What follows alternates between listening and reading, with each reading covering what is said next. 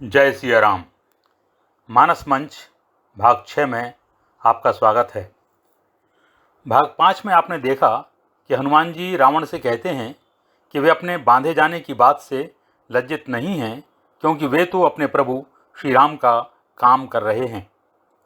वास्तव में अपने कर्तव्य के प्रति समर्पित व्यक्ति भय, अपमान आदि तात्कालिक भावों से अप्रभावित रहते हुए अपना कार्य करता है। आप यदि ध्यान से रामचरितमानस का अनुशीलन करेंगे, तो उसको समझने का प्रयास करेंगे, तो पाएंगे कि हनुमान जी इसमें गुरु की भूमिका में हैं।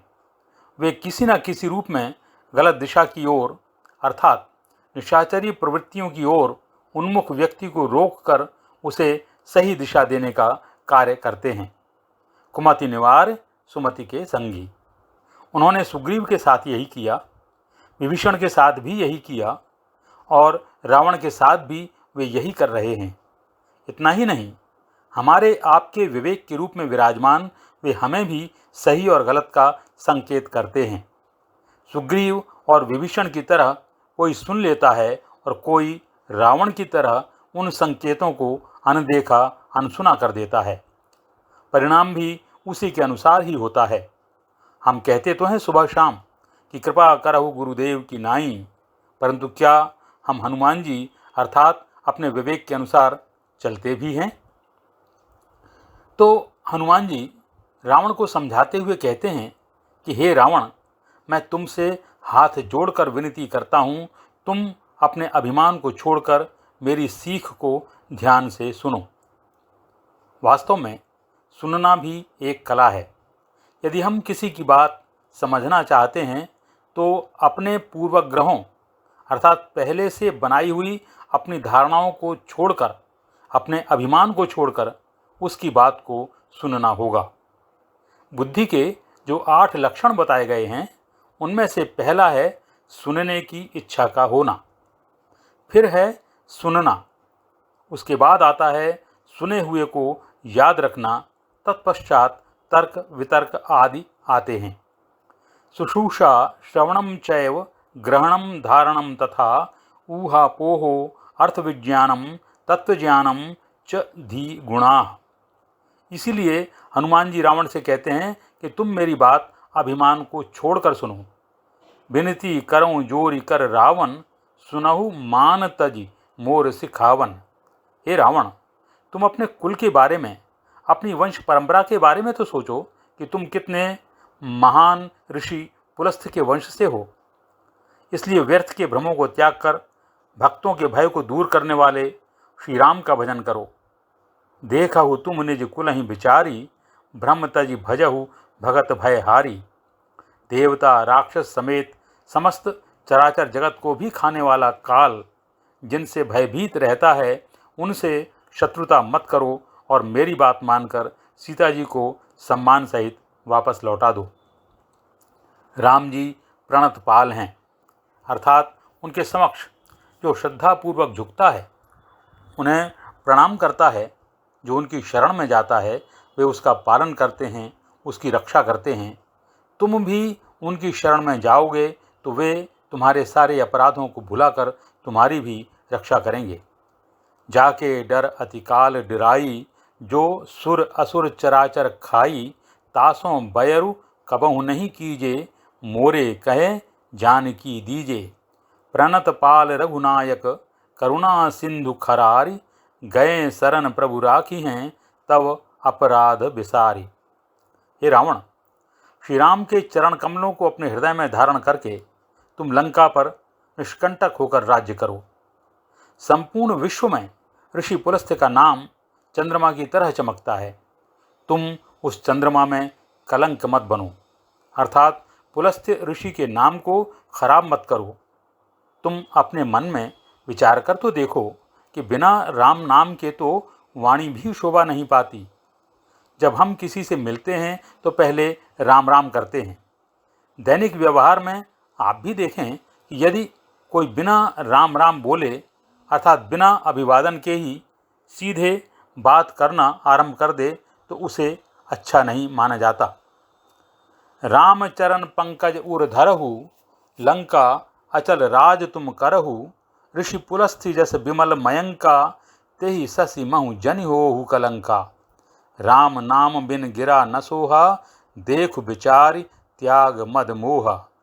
इसके बाद वे एक अन्य उदाहरण देते हुए कहते हैं कि बसनहीन नहीं सोह सुरारी, सब भूषण भूषित बर नारी। इस चौपाई पर विशेष ध्यान देने की आवश्यकता है। समाज में स्थापित मान्यताओं के अनुसार स्त्री सौंदर्य, प्रेम, करुणा जैसे कोमल भावों का प्रतीक है और पुरुष कठोरता, परिश्रम, रूक्षता जैसे गुणों का प्रतिनिधित्व करता है। बसन अर्थात वस्त्र मर्यादा का प्रतीक हैं। सौंदर्य कितना ही अलंकृत हो, सुसज्जित हो, परंतु वह मर्यादा में ही शोभा पाता है। मर्यादा विहीन होकर वह जुगुप्साजनक हो जाता है, अच्छा नहीं लगता, बुरा लगता है, अरुचिकर लगता है। इसी प्रकार वाणी और व्यवहार की मर्यादा राम है। राम शब्द का अर्थ यदि आप देखेंगे तो उसका अर्थ मन को अच्छा लगने वाला अर्थात सुहावना, आनंद देने वाला ऐसा भी होता है। इसीलिए कहा है कि बिना राम के न वाणी अच्छी लगती है और न ही व्यवहार को लोग अच्छा कहते हैं। संपत्ति हो या अधिकार हो, यदि उसका अर्जन राम विमुख होकर अर्थात धर्म विरुद्ध होकर अधर्म पूर्वक किया गया है तो उसका होना न होना बराबर ही है। वह शीघ्र ही नष्ट हो जाएगी, क्योंकि जिन नदियों के स्रोत में जल नहीं होता है अर्थात जो बरसाती नदियाँ होती हैं, वे बरसात के बाद फिर से सूख जाती हैं। उनका जल कुछ समय के लिए ही रहता है। इसी प्रकार जिस संपत्ति और सत्ता के मूल में धर्म नहीं है, वह भी बरसाती नदी के जल की भांति शीघ्र ही विलीन हो जाती है। हे रावण, मैं प्रणपूर्वक अर्थात दावे के साथ यह बात कह रहा हूँ कि राम का विरोध करने वाले को कोई भी बचा नहीं सकता है। चाहे सहस्रों अर्थात हजारों शिव, विष्णु और ब्रह्मा आ जाएं, वे राम के शत्रु की रक्षा नहीं कर सकते। राम विमुख संपत्ति प्रभुताई, जाई रही पाई बिनु पाई, सजल मूल जिन सरितन नाही, बरसी गए पुनि तबहि सुखाई। सुन दस कंठ कहूँ पन रोपी, विमुख राम त्राता नहीं कोपी, शंकर सहस विष्णु अज तोही, राखी न सकहीं राम कर द्रोही।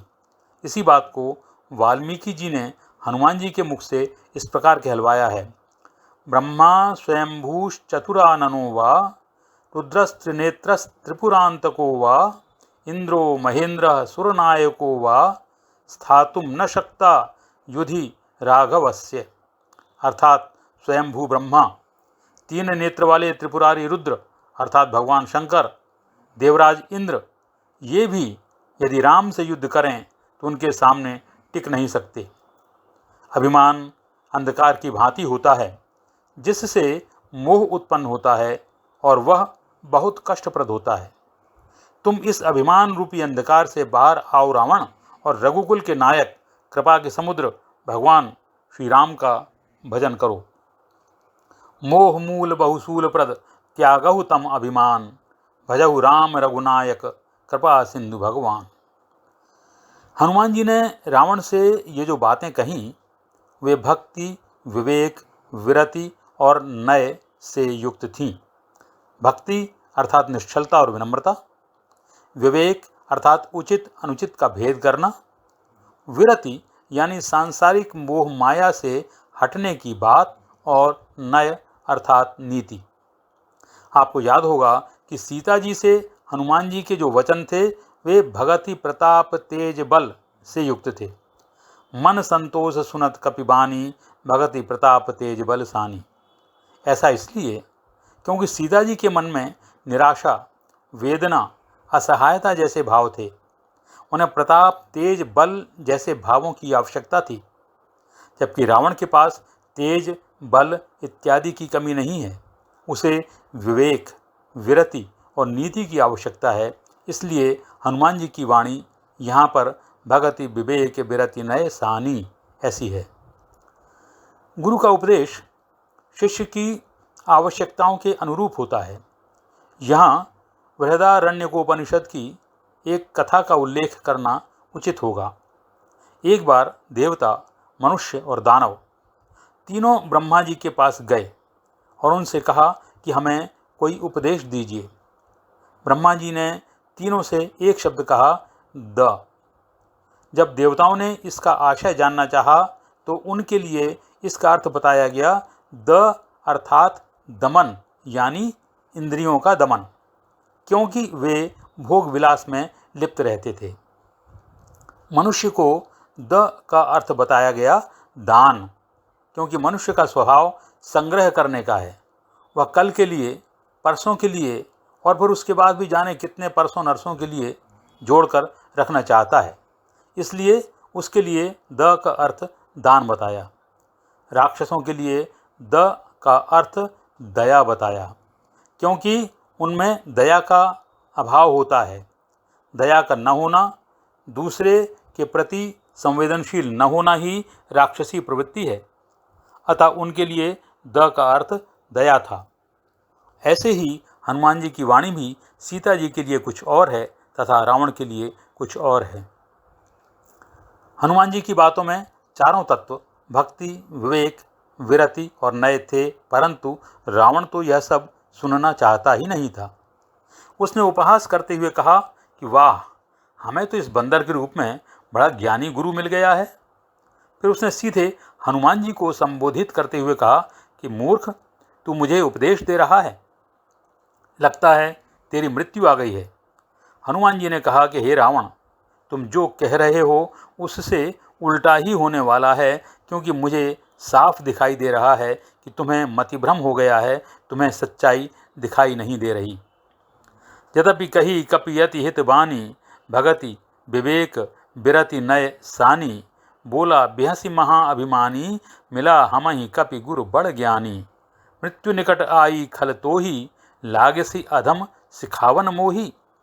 उल्टा होई ही कह हनुमाना, मति भ्रम तोर प्रकट मैं जाना। हनुमान जी की यह बात सुनते ही रावण खीज उठा। उसने अपने सैनिकों की ओर देखते हुए कहा कि तुरंत ही इस मूर्ख को मार क्यों नहीं देते। रावण का यह आदेश सुनते ही राक्षस हनुमान जी को मारने को दौड़े, परंतु उसी समय विभीषण अपने सहायकों के साथ आगे आ गए और रावण से हाथ जोड़कर विनती की कि महाराज, यह वानर दंड का भागी तो है, परंतु इसे मृत्यु दंड मत दीजिए, क्योंकि यह एक दूत है और दूत अवध्य होता है, अर्थात दूत को मृत्यु दंड नहीं दिया जा सकता, इसे कोई अन्य दंड दे दें। असंशयम शत्रुरयम प्रवृद्धः कृतं ह्यनेनाप्रियम अप्रमेयम, न दूतवध्याम प्रवदन्ति संतो, दूतस्य दृष्टा बहवो ही दंडाः। अर्थात इसमें कोई संशय नहीं है कि यह हमारा बहुत बड़ा शत्रु है। इसने जो अपराध किया है उसकी किसी से तुलना नहीं की जा सकती। फिर भी सज्जन दूत को अवध्य बताते हैं। दूत के लिए अन्य अनेक दंड हो सकते हैं, उनमें से कोई इसे दे दिया जाए। अन्य सभासदों ने भी विभीषण की बात का समर्थन किया। रावण ने भी इस बात को स्वीकार कर लिया। उसने हंसते हुए कहा कि इस वानर का अंग भंग करके वापस भेज दो। फिर उसने यह भी निर्देश दिया कि वानर को अपनी पूंछ बहुत प्रिय होती है, अतः तेल में भिगोए हुए कपड़े इसकी पूंछ पर लपेटो और फिर उनमें आग लगा दो। जब यह बिना पूंछ का बंदर अपने उस स्वामी के पास वापस जाएगा जिसकी उसने इतनी प्रशंसा की है, तो फिर उसे भी यह अपने साथ यहाँ ले आएगा। मैं भी तो देखूं जरा उसका पौरुष, जिसकी बड़ाई करते यह थकता नहीं है। सुनी कपि बचन बहुत खिसियाना, बेगिन हरहु मूढ़कर प्राणा, सुनत निशाचर मारन धाये, सचिवन सहित विभीषण आए, नाई शीस करि विनय बहुता, नीति विरोध न मारिय दूता, आन दंड कछु करिय गुसाई, सभी कहा मंत्र भल भाई।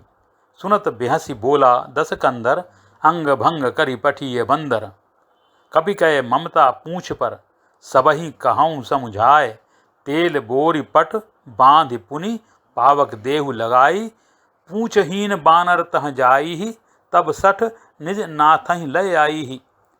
जिनकै कीन्हसी बहुत बड़ाई, देखूं मैं तिनकै प्रभुताई। जब हनुमान जी ने रावण के मुख से यह सुना तो वे मन ही मन में मुस्कराने लगे। उन्हें समझ में आ गया कि वाणी की देवी माँ सरस्वती उनकी सहायता कर रही हैं। तभी तो रावण के मुंह से उनकी पूंछ में आग लगाने की बात उन्होंने कहलवाई है। उन्हें लगा कि त्रिजटा के स्वप्न के साकार होने का समय आ गया है। उधर रावण की बात सुनकर जातुधान अर्थात राक्षस उसी के अनुरूप आचरण करने लगे। हनुमान की पूंछ के लिए वे घी, तेल, कपड़ा इत्यादि लाने लगे और उनकी पूंछ में लपेटने लगे। उधर हनुमान जी भी अपनी पूंछ को बढ़ाते जा रहे थे। हालत यहाँ तक पहुँच गई कि लंका में तेल, घी और कपड़े का अभाव हो गया।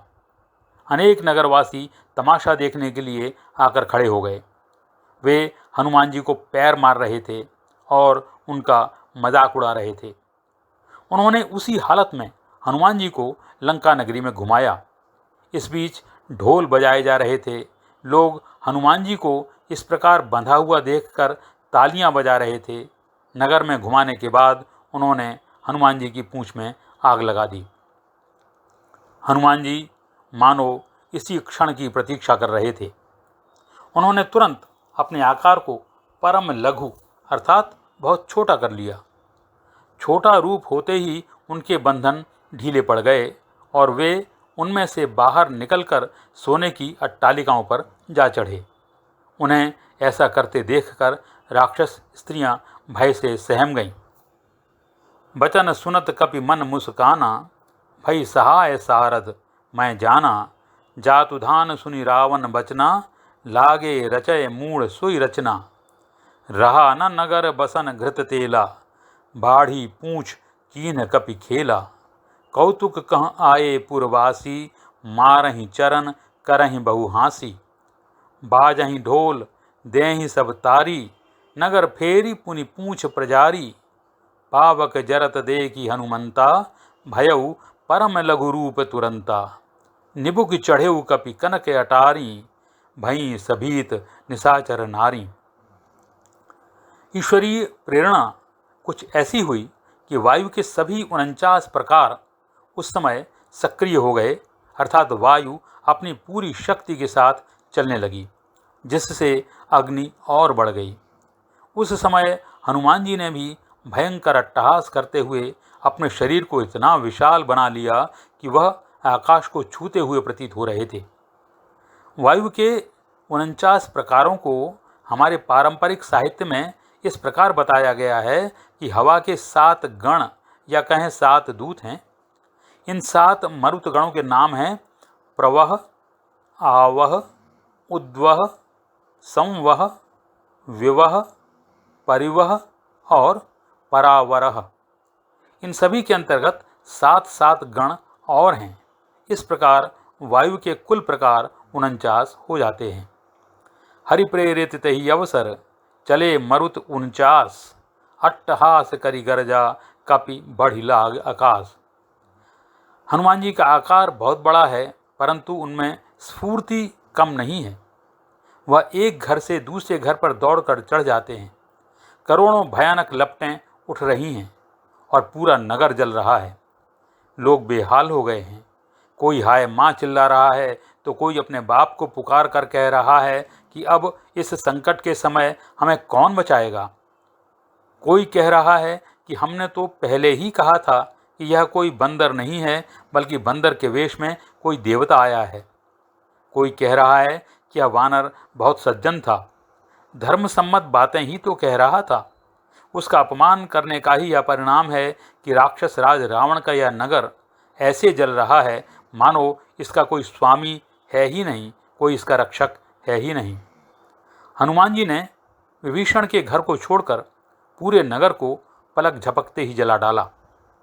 भगवान शंकर माँ पार्वती को समझाते हुए कहते हैं कि हे उमा, हनुमान जी उन सर्वेश्वर के दूत हैं जिसने स्वयं अग्नि को बनाया है। इसी कारण अग्नि ने उन्हें नहीं जलाया। इधर उधर कूदकर उलट पुलट होकर उन्होंने पूरी लंका को जला दिया और फिर स्वयं समुद्र में कूद गए। देह विशाल परम हरुआई, मंदिर ते मंदिर चढ़धाई, जरई नगर भा लोग बिहाला, झपट लपट बहुकोटि कराला, तात मात हा करिए पुकारा, यही अवसर को हम ही उबारा। हम जो कहा यह कपि नहीं होई, बानर रूप धरें सुर कोई, साधु अज्ञा कर फल ऐसा, जरई नगर अनाथ कर जैसा। जारा नगर निमिष एक माही, एक विभीषण कर घर नाही, ताकर दूत अनल जही सिरजा, जरा न सोत ही कारण गिरजा।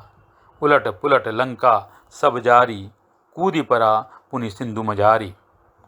समुद्र में कूदकर उन्होंने अपनी पूंछ बुझाई, स्नान करके थकान दूर की और फिर वही अपना छोटा स्वरूप धारण करके सीता जी के सामने हाथ जोड़कर खड़े हो गए।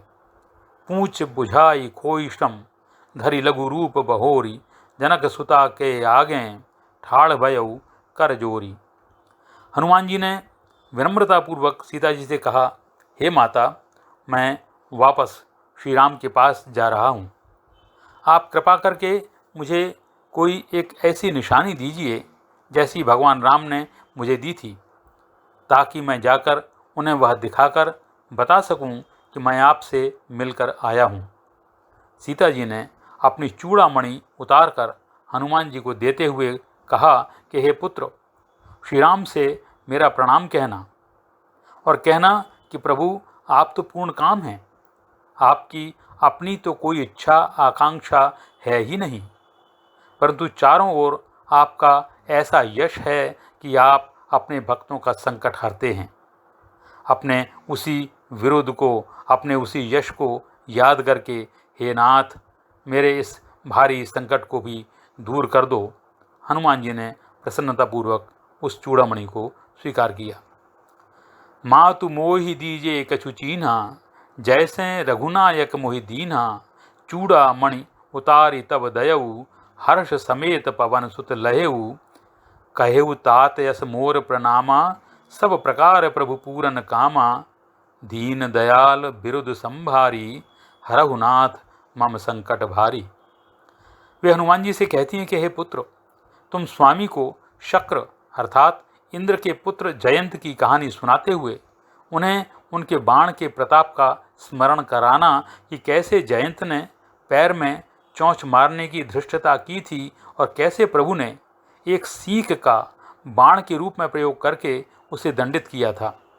हे पुत्र, उनको यह भी बता देना कि यदि 1 माह के अंदर वे लंका नहीं पहुँचे तो फिर मैं उन्हें जीवित नहीं मिलूंगी। आपको याद होगा कि रावण ने अशोक वाटिका में चेतावनी देते हुए कहा था कि यदि सीता ने 1 माह के अंदर मेरी बात नहीं मानी तो मैं स्वयं अपने हाथ से उसका सिर काटूंगा। सीता जी उसी की ओर संकेत करके कह रही हैं कि 1 माह में प्रभु नहीं आए तो मैं जीवित नहीं मिलूंगी। फिर वे हनुमान जी से कहती हैं कि हे पुत्र, अब तुम भी जाने की बात कर रहे हो, मैं भला कैसे अपने प्राणों को रखूं, कैसे जीवित रहूं? तुम्हें देखकर मेरी छाती को कुछ ठंडक मिली थी, मुझे चैन मिला था। अब तुम चले जाओगे तो मेरे लिए फिर वही दिन और फिर वही रात अर्थात फिर वही यातनापूर्ण परिस्थितियां रहेंगी। तात शक्रसुत कथा सुनाएहु, बान प्रताप प्रभु ही समुझाएहु, मास दिवस मह नाथ न आवा, तो फिर मोहि जियत नहीं पावा, तोई देख शीतल भई छाती, फिर मुँह कहूँ सोई दिन सोई राती। हनुमान जी ने सीता जी को सांत्वना दी, उन्हें समझाया, अनेक प्रकार से उन्हें धीरज बंधाया और फिर उनके चरणों में प्रणाम करके उन्होंने श्री राम के पास जाने के लिए प्रस्थान किया। जनक सुता ही समझाई करी, बहुविधि धीरज दीन, चरण कमल सिर नाय पुनि, गमन राम पह कीन। आज इस राम चर्चा को यहीं विराम देते हैं। आगे की कथा मानस मंच के भाग 7 में करेंगे। जय सिया राम।